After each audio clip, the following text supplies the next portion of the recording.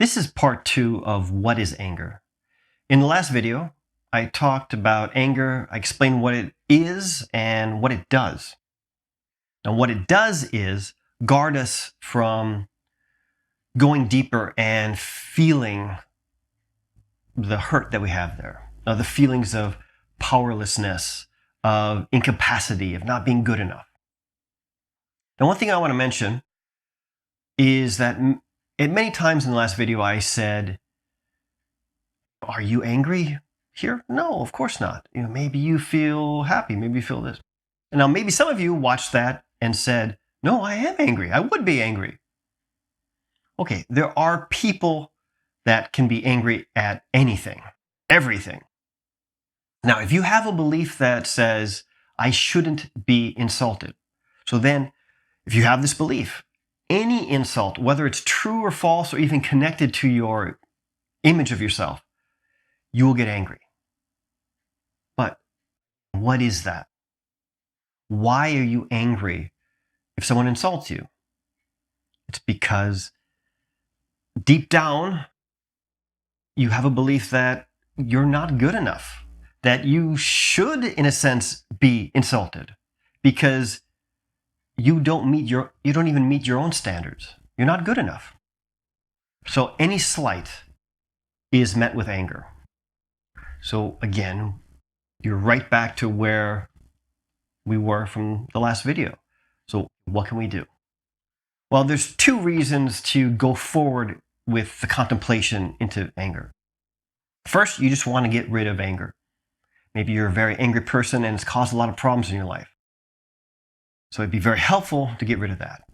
Another reason is that you want to go into those beliefs that anger is guarding and work on them. So it could be one of these beliefs, it could be both. So what can we do?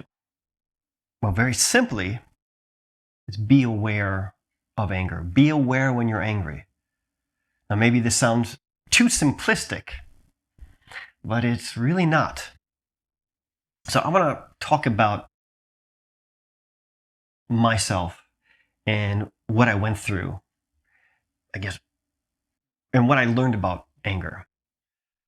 So this was about 12 years ago.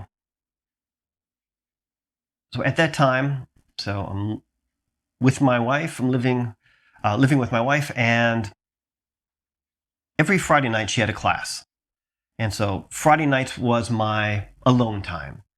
And this was my time, so I be by myself, and I could pick out some movies. And also this was my junk food night. So I was always healthy throughout the week and would only eat bad food on Friday night. So this became special to me.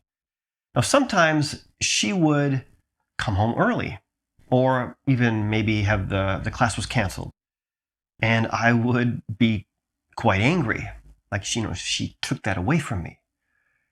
And especially if she came home early, I might greet her with she thinks maybe I'll be happy that she's home, but instead I'm angry. Now, what was very important was that she did not meet my anger with her anger. So when I got angry with her, she was kind of shocked. Now, this was very important. If she had gotten angry with me, I don't know if I would have ever gone deeper into understanding anger. I would have just, she's angry, I'm angry, and we fight. But she didn't do anything. So usually what happened is at some point the next day, now again, this was Friday night, so it'd be Saturday, I would feel bad. Realize, what I did, that was not good. And I didn't want to do that anymore. So like I talked about with how we ended with the first video, I saw what was happening, what anger was doing. I didn't want to do it anymore. Now, I had no idea about anger hiding pain or beliefs. At this time, I didn't even think I was wrong. It was just that I didn't want to be angry. That was it. So I tried not to be angry.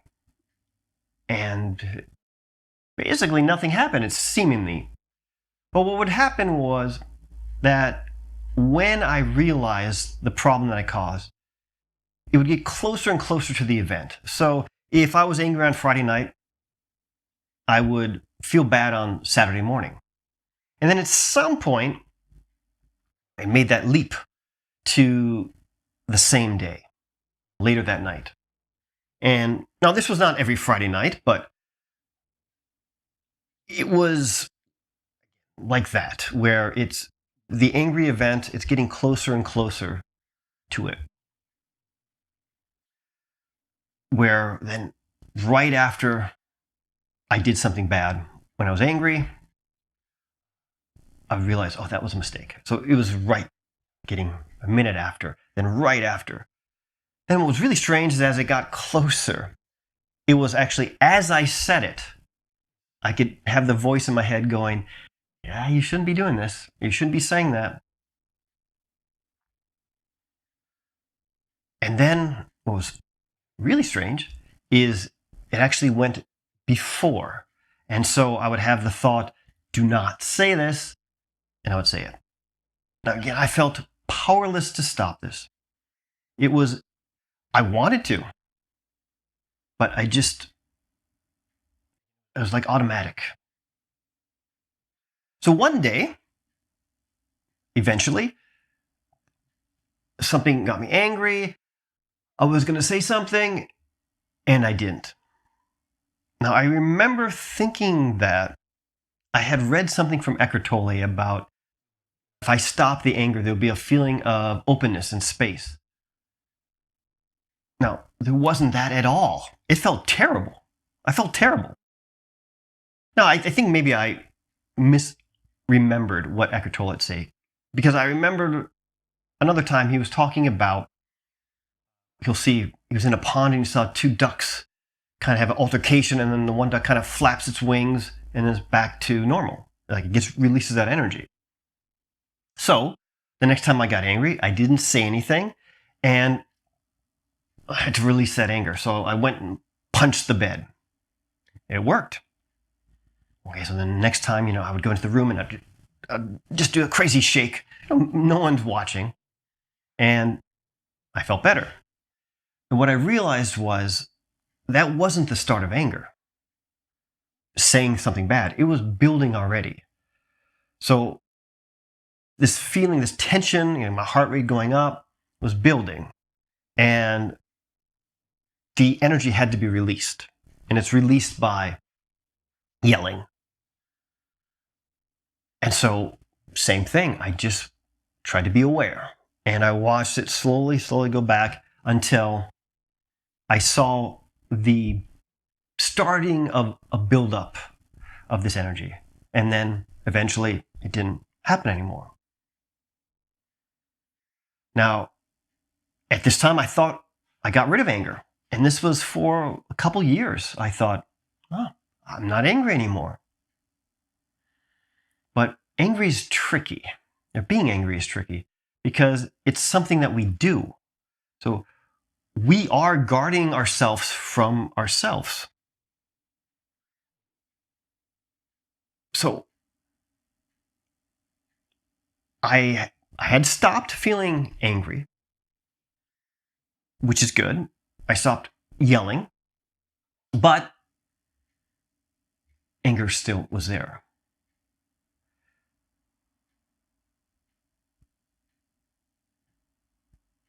Now, the good point with getting rid of the physical manifestation of anger was, my body wasn't getting worked up. So there was no cool down necessary.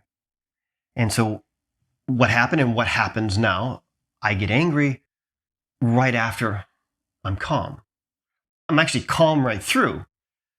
Actually, since there is no physical manifestation of anger, you could check my heart rate and I'm sure I'm very calm through the whole time. Now also, because there's no physical anger happening, I'm more mindful so I can see what is actually happening. What is strange is how anger feels now.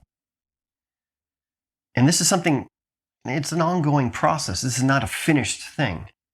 When I get angry now, it feels like I'm an actor and I'm playing a role. And for this scene, it requires the character to get angry. And that's what I do. That's the feeling. It doesn't feel like that's me. It feels like I can stop at any time. Now, maybe that's what I felt before. I could stop at any time, but I don't. And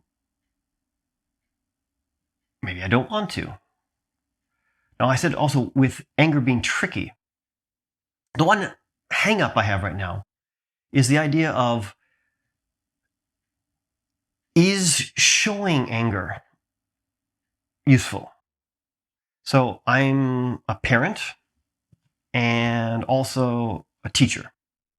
And so sometimes I think that for my children to have them see me get angry serves a purpose. They're like, okay, he's serious. This is serious. If I'm saying no, maybe they don't stop. But I yell no, they stop. I'm not saying anger is useful. Now, of course, it's useful in the grand scheme of guarding us from hurt, but I don't want to be angry anymore. But how about the appearance of angry? Well, I think one of the things is appearing to be angry can actually make you feel angry. But it's still right there. That is it at this time, maybe I should show that I'm angry. So this is it. And this is where I'm at right now. And so I have a question for you. What do you think? Is showing anger useful? Like, even if I'm not angry, showing that, acting like I'm angry, are there benefits to that? So like always, if you have any questions, any comments, any disagreements, please leave them in the comment section below. Okay, this is one edit that I wanted to add to the end of the video that I didn't mention.